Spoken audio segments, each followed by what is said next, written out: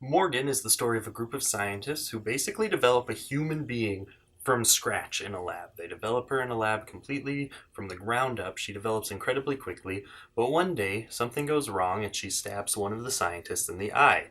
And a woman is sent to investigate the lab and see what exactly happened to this incident and examine the subject, Morgan. And now we have a movie. Basically, right from that premise, you can kind of tell the path this movie is going to go down. It reminded me a lot of The Lazarus Effect with just some sprinkles of Ex Machina in there.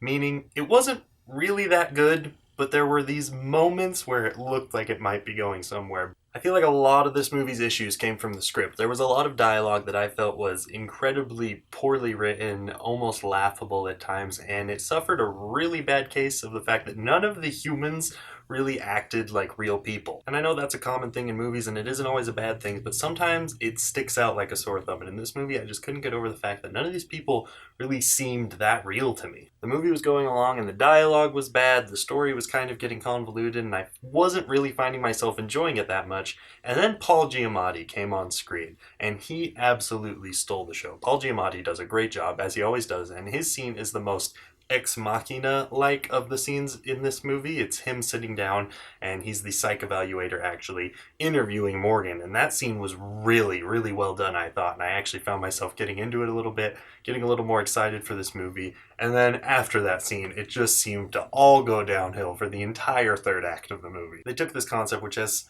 so much possibility for ingenuity and new creative ideas, and they just turned it into the most stereotypical action movie that you could think of. It reminded me so much of The Lazarus Effect, which was a movie I did not enjoy at all. And then let's talk about the ending of this movie. I'm not going to spoil it for you guys because I don't spoil anything in my reviews, but the ending of this movie, there are certain endings to movies that it ends and it tries to have some sort of twist, and then a few days later you start to think about it and you realize, I guess that didn't make as much sense as I thought it did. And there are some endings where you're driving home and you think, I don't really like that ending to that movie, it just doesn't make a lot of sense.